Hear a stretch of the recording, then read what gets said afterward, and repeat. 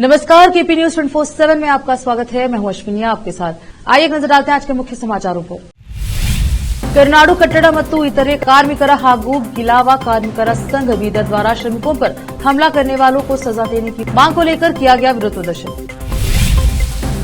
EPS 95 पेंशनदारों की national agitation committee द्वारा DC कार्यालय पहुंचकर अपने मांगों को लेकर डीसी के माध्यम से प्रधानमंत्री नरेंद्र मोदी को दिया गया मेमोरेंडम। हैदराबाद के हुसैन सागर झील में नाव में आग लगने की घटना, घायल की मौत हो गई, लापता युवक का पता नहीं चल सका। संगारेड्डी जिले के एनसीपी रूपेश ने जहीराबाद कस्बे में अनुमंडल पुलिस विभाग के तत्वाधान में सड़क सुरक्षा जन कार्यक्रम में भाग लिया। महाकुंभ में डुबकी पर बयान देकर फंसे मल्लिकार्जुन खड़गे, असम के मुख्यमंत्री हेमंत बिस्वा शर्मा ने किया पलटवार, पूछा तीखा प्रश्न।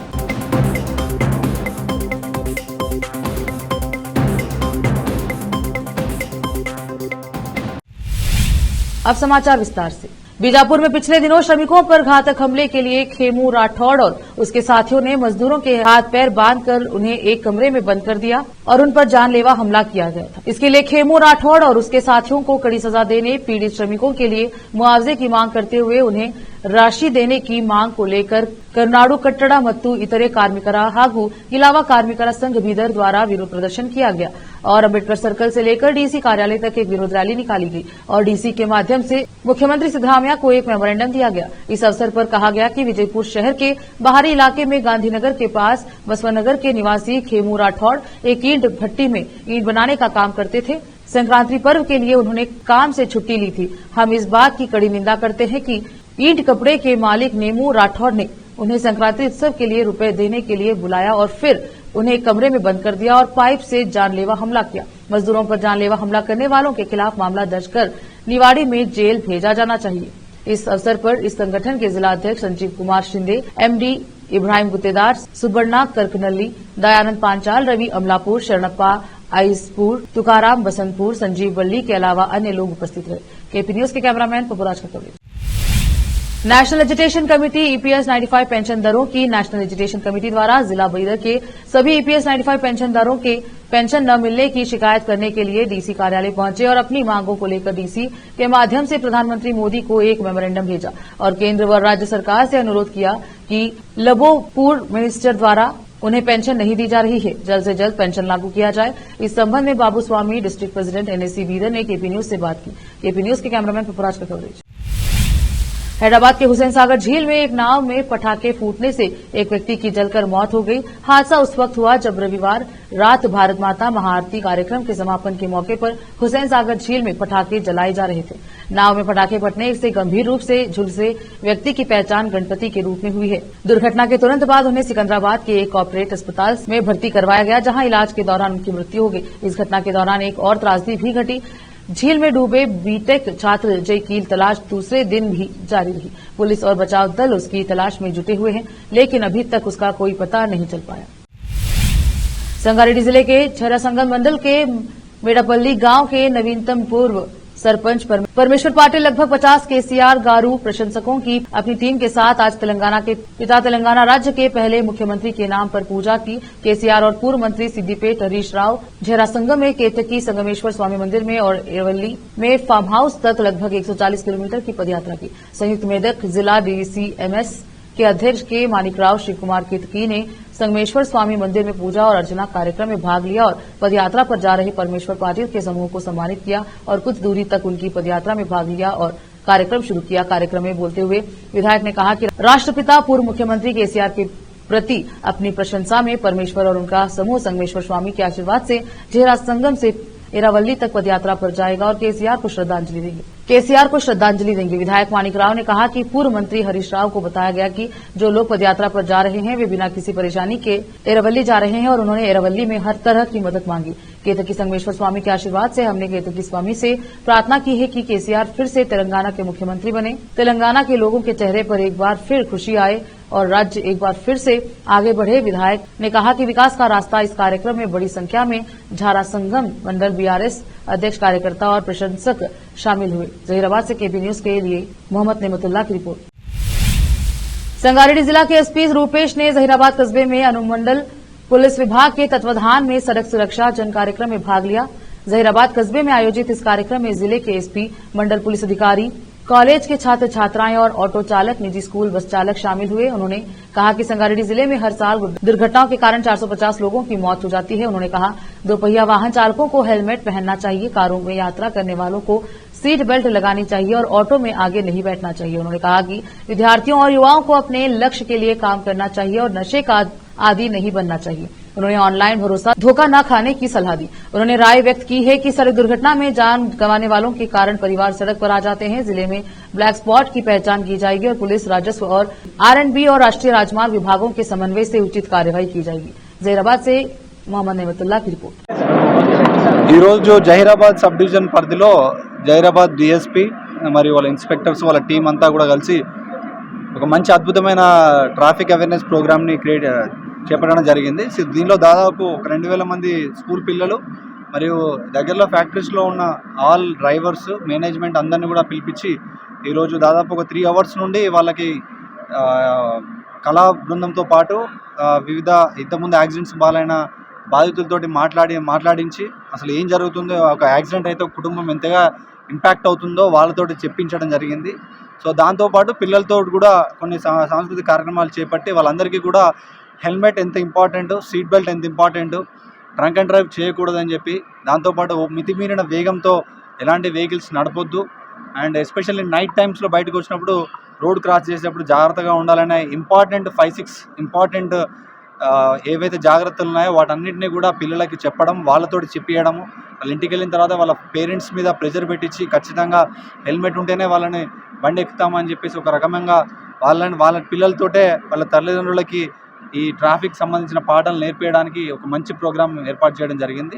సో దాంతోపాటు సంగారెడ్డి జిల్లాలో అన్ని హైవేస్ మనకు 161 అండ్ 65 ఉంది కాబట్టి అన్ని జంక్షన్స్ దగ్గర స్పీడ్ బ్రేకర్సు, ఫ్లాష్ బ్లింకర్స్, దాంతోపాటు ఈ మన డ్రమ్స్ కూడా స్పీడ్ లిమిట్ చేయడానికి ఎస్కర్ ఉండే జంక్షన్స్ కూడా ఏర్పాటు చేయడం జరిగింది. వాటితో పాటు అన్ని అప్రోచ్ రోడ్స్కి స్పీడ్ బ్రేకర్స్ పెట్టడం జరిగింది. ఎక్కడైతే రోడ్ యాక్సిడెంట్ అవుతుందో అక్కడ మల్టీ డిసిప్లినరీ కమిటీ DSP మరియు రెవెన్యూ వాళ్ళు, R&B వాళ్ళు మరియు హైవే అథారిటీస్ వాళ్ళందరితో కూడా కమిటీ చేయించి దాదాపు 12 బ్లాక్ స్పాట్స్ని ఐడెంటిఫై చేయడం జరిగింది. వీటన్నిటిలో కూడా improvements, road engineering, education and enforcement, ఈ 3 E's బేస్ చేసుకొని చేయడం జరుగుతూ ఉంది. సో లాస్ట్ 1 మంత్ నుండి ఈ 1 మంత్ స్పెషల్గా దీని మీదనే ఫోకస్ చేశాము. సో వివిధ ప్లేసెస్లలో రోడ్డు రిపేర్ చేయించడము, అన్ని స్కూల్స్లో ఎస్పెషల్లీ గవర్నమెంట్ స్కూల్స్లో అవేర్నెస్ ప్రోగ్రామ్స్ క్రియేట్ చేయడము అండ్ ఎక్కడైతే ఎన్ఫోర్స్మెంట్ చేయాలో అక్కడ కూడా ఎన్ఫోర్స్మెంట్ ఎక్కువ ఛాలెంజ్ చేయడం, ఛాలెంజ్ రిలైజ్ చేయడం లాంటివి చేయడము. సో ఈ సందర్భంగా జహీరాబాద్లో ఇంత పెద్ద మెగా అవేర్నెస్ ప్రోగ్రామ్ కండక్ట్ చేసినందుకు I really appreciate Zaheerabad DSP Rammohan and town CI and Shivalingam and rural CI Hanumanth and వాళ్ళ స్టాఫ్ అందరికి కూడా అభినందనలు తెలియజేస్తున్నాను. Thank you so much. Congress सांसद प्रियंका गांधी मंगलवार को केरल में अपने संसदीय क्षेत्र वायनाड के दौरे पर पहुंची। वायनाड में प्रियंका गांधी ने बाघ के हमले में जान गंवाने वाली महिला राधा के परिजनों से मुलाकात की और संवेदना व्यक्त की। प्रियंका गांधी कन्नूर हवाई अड्डे से सड़क मार्ग द्वारा वायनाड पहुंची। वायनाड पहुंचकर सबसे पहले प्रियंका गांधी राधा के घर पहुंची। बीती 24 जनवरी को एक बाघ ने राधा को मार डाला था। राधा मंतावाड़ी गांव में स्थित प्रियदर्शिनी एस्टेट में काफी बीन्स लेने गई थी। उसी दौरान राधा पर बाघ ने हमला कर उसे मार डाला। सोमवार को राधा का शिकार करने वाला बाघ भी मृत पाया गया। वन अधिकारियों का कहना है कि बाघ के पेट में बाल, राधा के कपड़े और कान की बालियां मिली हैं, जिससे अंदाजा लगाया जा रहा है कि इन्हीं की वजह से बाघ की मौत हुई। प्रियंका गांधी राधा के परिवार से मिलने के बाद कांग्रेस नेता रहे NM विजयन के घर भी जाएगी। NM विजयन और उनके बेटे ने 27 दिसंबर 2024 को आत्महत्या कर ली।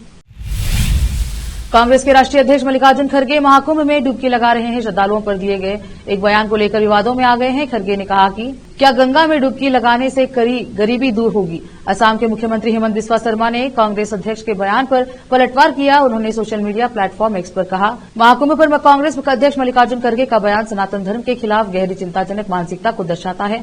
असम के CM ने कहा कि मेरा मानना है कि यह राहुल गांधी के नेतृत्व वाली कांग्रेस पार्टी का आधिकारिक रुख है, लेकिन मैं उनसे पूछना चाहता हूं कि 2001 में सोनिया गांधी ने खुद कुंभ के दौरान स्नान किया था। क्या वह यह कहने की हिम्मत करेंगे कि हज पर जाने से भूख और गरीबी जैसी समस्याएं हल नहीं होंगी। देश भर में इन दिनों शादियों की धूम है। सैकड़ों युवा युवती परिणय सूत्र में बंध रहे हैं। गांव हो या शहर, सभी जगह शहनाइयां बज रही हैं, लेकिन राजस्थान के कोटा का कोलीपुरा गांव ऐसा है जहां शादियों की खुशी से लोग महरूम हैं। यहां पर शहनाइयां नहीं बज रही हैं क्योंकि आज भी यह गांव बिजली और मोबाइल नेटवर्क जैसी बुनियादी सुविधाओं से वंचित है। यहां लड़कों का रिश्ता ही नहीं हो पाता। दरअसल मुकुंदरा टाइगर रिजर्व में कोलीपुरा गांव स्थित है, लेकिन यह गांव टाइगर रिजर्व के अंतर्गत आता है। इस वजह से गांव के लोग यहां अपनी मर्जी से बुनियादी सुविधाएं नहीं विकसित करवा सकते और न ही वन्य जीव विभाग यहां पर उन्हें किसी भी तरह के विकास कार्य करने की अनुमति देता है। बड़ी बात तो यह है कि आजादी के इतने सालों बाद भी इस गांव में बिजली नहीं पहुंची है और न ही यहां मोबाइल नेटवर्क आते हैं। साथ ही यहां पर ग्रामीण अपने घरों का निर्माण भी नहीं करवा सकते क्योंकि गांव को विस्थापित किया जाना है। रुकते छोटे से ब्रेक के लिए, जल्द लौटेंगे ब्रेक के बाद। हिंदुस्तान के हर कोने में हम हैं मौजूद। 24 घंटे हालात पर गहरी नजर, खबरों से जुड़े चुपते सवालात और आपको दिखाता है धार्मिक, सामाजिक, राजनीतिक, लोकल और इंटरनेशनल न्यूज की सबसे बेहतर कवरेज जो आपको रखती है हर पल बाखबर। देश और दुनिया भर की खबर के लिए देखते रहें KP news 24/7। Noor education trust Bidar की ओर से चलाए जाने वाला Noor M Ed and B Ed college Bidar, recognised by NCTE Delhi and affiliated to Bidar University Bidar. Admission are open for the academic year 2024-25. विशेषज्ञ और सक्षम शिक्षकों द्वारा शिक्षा प्राप्त करने के लिए नूर एमएड एंड बीएड कॉलेज में दाखिला लें और शांत वातावरण में शिक्षा प्राप्त करें। बीदर शहर में बेहतर शिक्षा का एकमात्र केंद्र Noor M Ed and B Ed college, Shahpur gate, Bidar.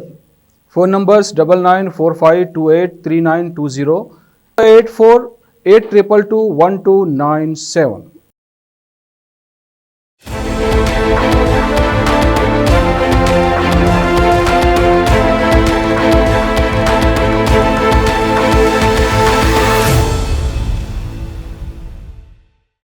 Break के बाद स्वागत है आपका। देखते हैं समाचार।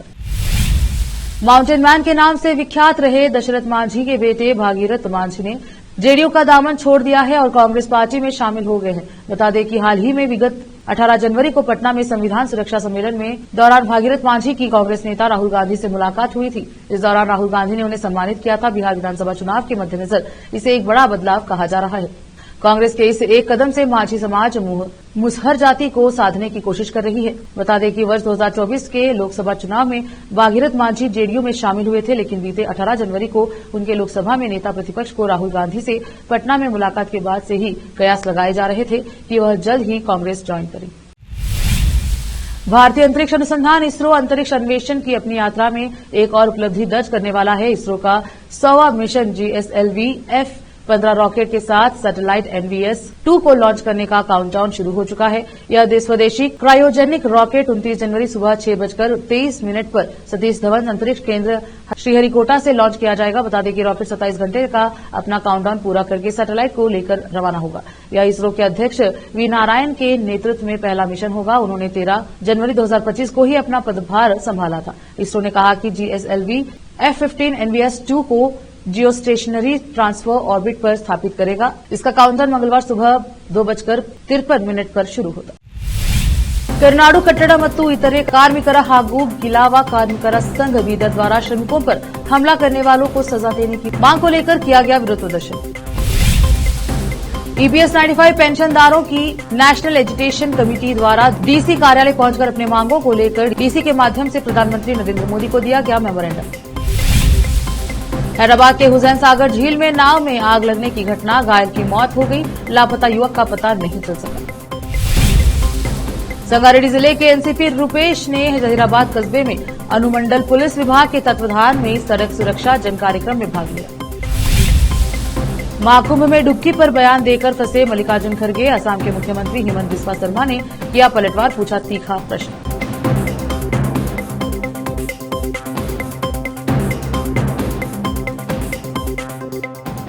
केपी न्यूज के बुलेटिन में अब तक के लिए इतना ही। देश प्रदेश के समाचारों के लिए देखते रहे केपी न्यूज 24/7। अधिक जानकारी के लिए केपी न्यूज 24/7 को लाइक शेयर एंड सब्सक्राइब करना ना भूलें। धन्यवाद।